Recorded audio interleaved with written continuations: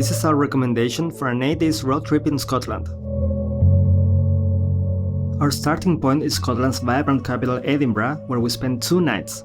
After arriving at the Edinburgh airport, the best way to reach the city is by tram, which is very accessible and offers convenient ticketing options. Trams depart every 7 minutes, and the ride takes only about 30 minutes to the city. There are just many activities to do in Edinburgh. For example, take a stroll down the colourful Victoria Street, walk along the historic Royal Mile, explore the majestic Edinburgh Castle, and immerse yourself in Scottish culture with a whisky tour. Also, don't forget to climb Calton Hill and Arthur's Seat for breathtaking views of Edinburgh's skyline.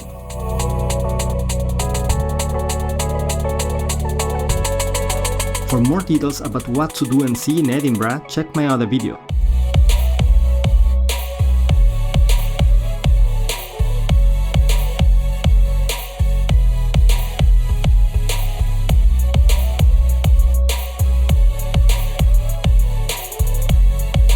The next morning, after picking up our rental car, we made a quick stop at the Kelpies on our way to Fort William.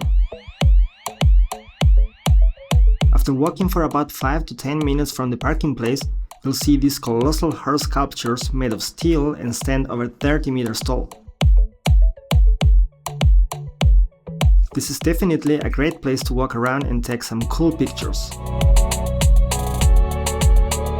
After driving for about 25 minutes, we made a next stop at Stirling Castle, although we didn't enter. We simply wanted to capture some quick pictures before continuing our journey for a little over an hour to the village of Lass, known for its charming stone cottages. Here we plan to grab some food, stretch our legs, and take in the breathtaking view of Loch Lomond, one of Scotland's largest freshwater lochs. Loch Lomond is renowned for its stunning natural beauty, characterized by peaceful waters and surrounding mountains.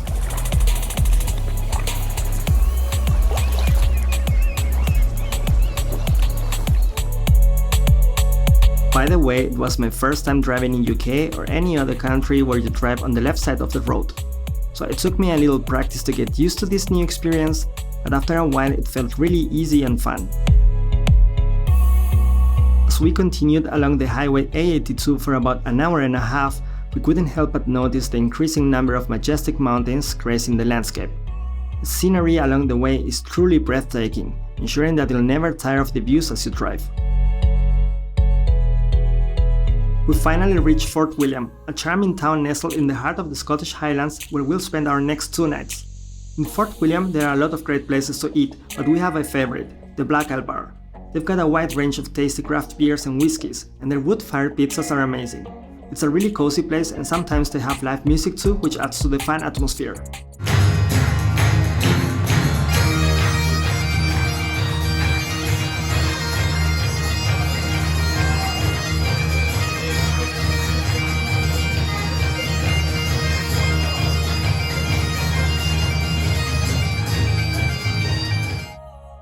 The next day, after a short 20 minutes drive, our adventure starts at the magnificent Glenfinnan Viaduct. This towering railway bridge stretches about 380 meters long and stands 30 meters high. McDonald's coffee, exactly what you need in the morning. So we are going to see the Harry Potter Bridge. It is quite cold, I must say. It's also known as the Harry Potter Bridge because it started in the Harry Potter films as the iconic route for the Hogwarts Express. The idea is to come here on the right time to be able to see the Jacobite steam train, or for the Harry Potter fans, the Hogwarts Express. The train runs daily from March to October and it passes the Glenfinnan Viaduct twice a day. We were there to see the one at 10:45 AM. As the train approaches, you can start hearing it echoing off the mountains until you suddenly start seeing the steam.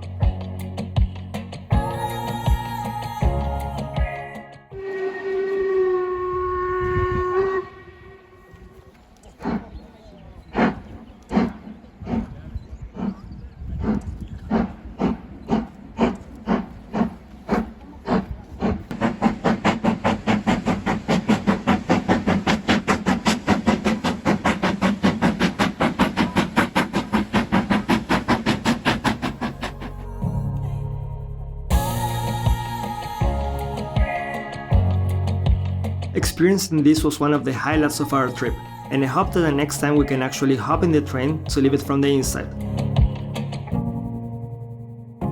After the train, you can walk some trails to reach the other viewpoints.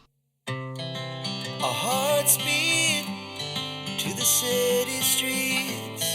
We began to feel the fire. We rise like tall buildings as the chemicals they take us higher. The second part of the day is reserved for hiking in the Glencoe area. For this we just drove the A82 highway, passing again through Fort William, and stopped first at the Tourist Information Center to get some recommendations of what hike we could do at that time of the day. The one we chose was a path that connects Glencoe with Glen Etive. This hike should take you about 5 to 6 hours to complete, but we only did it for about 2 hours in order to still have time for the next activities. This hike is a very popular one, but it can be difficult to find. Right in front of this small parking place, you should see a beehive cairn, which means that you are at the right spot. As a general recommendation, if you come during April, as we did, you should make sure to take the right clothes to protect you from the wind and the wet, as well as good hiking shoes, given that you plan hiking. Scotland during the early spring tends to get very foggy, wet and windy, which actually results exactly in what we were looking for, the spooky side of Scotland. After the hike, we continued driving the A82 in direction east for about 5 minutes to take the famous single-track road to Glen Etive.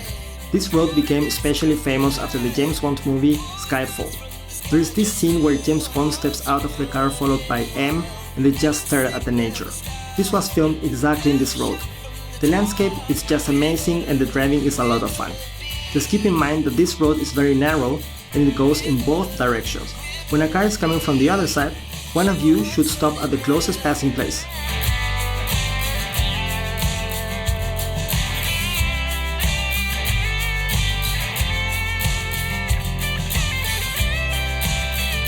Next we drove for about 20 minutes in the direction back to Fort William to make it to Glencoe Lough Can for our last activity of the day. Glencoe Lough Can is a forest area surrounding a small lake. You can do 3 different trails, which I find to be very family friendly, meaning that they are not so engaging. Each trail can be done in around 45 minutes. This place is a fantastic way to conclude a day of activities in the Scottish Highlands, since it's very peaceful and not very windy.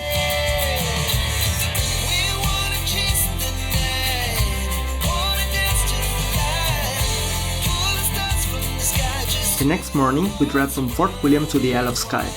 There are 2 ways to reach Isle of Skye from Fort William.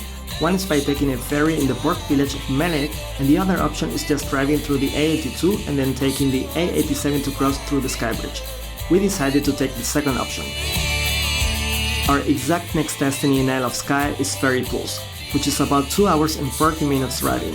But don't worry, on the way you'll find plenty of spots for making a break and admiring the nature.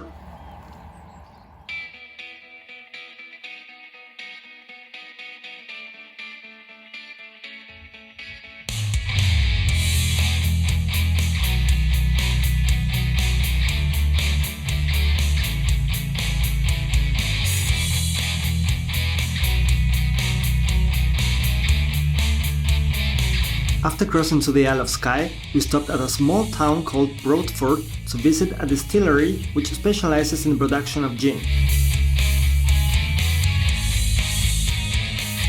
We bought 1 bottle of gin and we can really recommend it.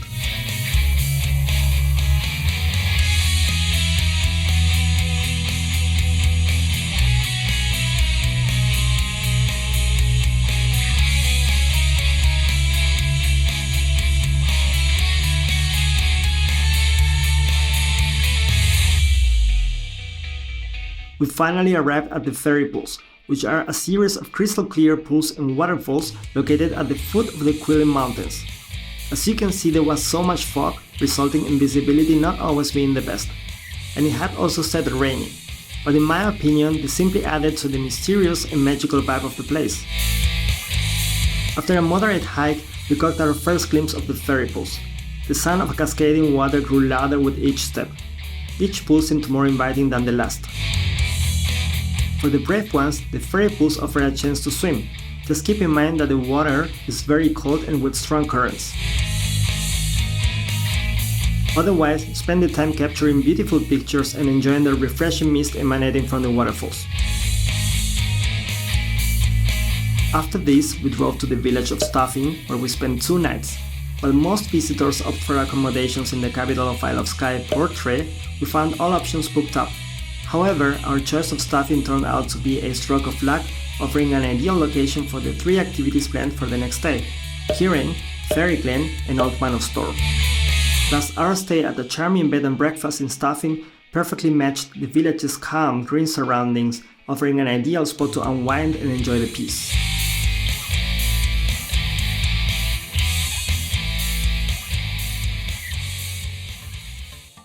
The next day started with a hike in the Kieran, a breathtaking natural wonder located just a few minutes from Stuffing.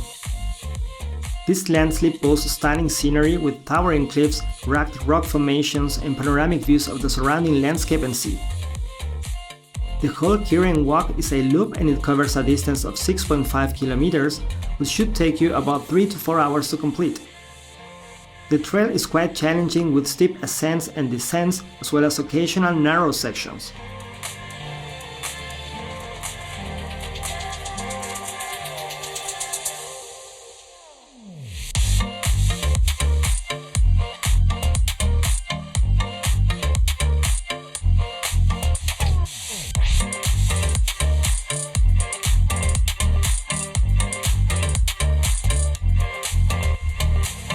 Like most of our hikes in Scotland, we encounter strong winds along the way.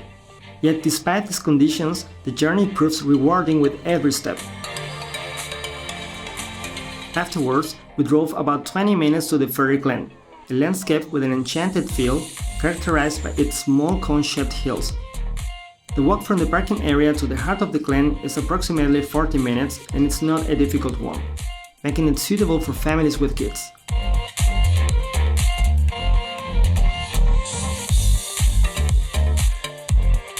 Since the green area is so big, there is enough space for taking good pictures without having to worry about the crowd.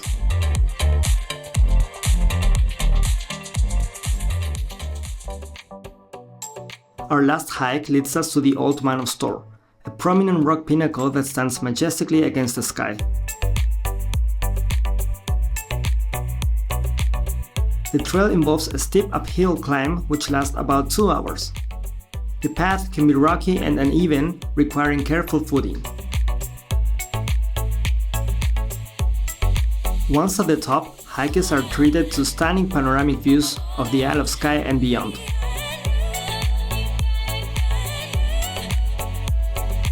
On the next morning, it was time to say goodbye to the calm and beautiful scenery of the Isle of Skye and the peaceful surroundings of Stuffing.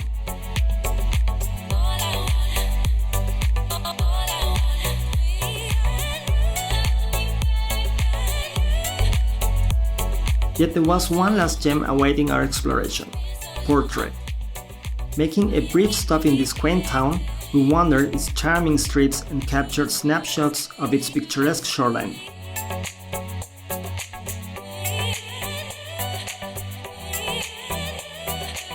Now onto our last big destination, the legendary Loch Ness. While there are various points along Loch Ness to enjoy the views, we highly recommend driving to Urquhart Castle, which took us approximately 2 hours and a half to reach. This allows you to experience 2 attractions simultaneously: the beautiful views of Loch Ness and the remarkable Urquhart Castle. Nestled on the shores of the loch, this ancient fortress offers not only breathtaking views, but also a glimpse into Scotland's rich history.